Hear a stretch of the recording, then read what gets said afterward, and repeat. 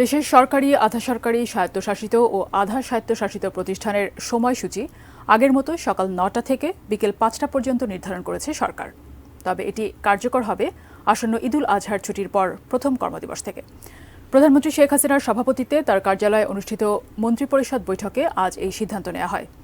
সকালে সভা শেষে বিকেলে সচিবালয়ে অনুষ্ঠিত ব্রিফিংয়ে মন্ত্রিপরিষদ সচিব মাহবুব হোসেন জানিয়েছেন, বিদ্যুৎ ও জ্বালানি সাশ্রয়ের জন্য ২০২২ সালের নভেম্বরে এসব প্রতিষ্ঠানের সময়সূচি ১ ঘণ্টা কমিয়ে সকাল ৯টা থেকে বিকেল ৪টা পর্যন্ত নির্ধারণ করা হয়েছিল। মন্ত্রিপরিষদের বৈঠকে রাজধানীর শাহবাগ থানা সোহরাওয়ার্দী উদ্যান থেকে সরিয়ে হোটেল ইন্টারকন্টিনেন্টালের বিপরীতে সাকুরা হোটেলের পেছনে নেওয়ার সিদ্ধান্ত হয়।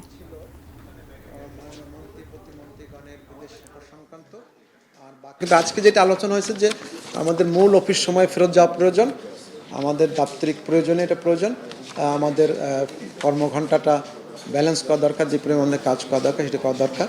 সেজন্য ক্যাবিনেটটা মনে করছেন যে মূল কর্মঘণ্টা আমরা ফেরত যাব। এইটাই তো স্বাভাবিক ছিল, আমরা যে ৯টা থেকে ৫টা আমরা ৮ ঘন্টা কাজ করব, আমরা ৫টা ৪০ ঘন্টা আমাদের কাজ করতাম, আমরা তার আগে ৩৫ ঘন্টা কাজ করতাম। সেইটা আমরা বিশেষ ব্যবস্থা ছিল, আমরা মূল অবস্থানে আবার চলে আসলাম।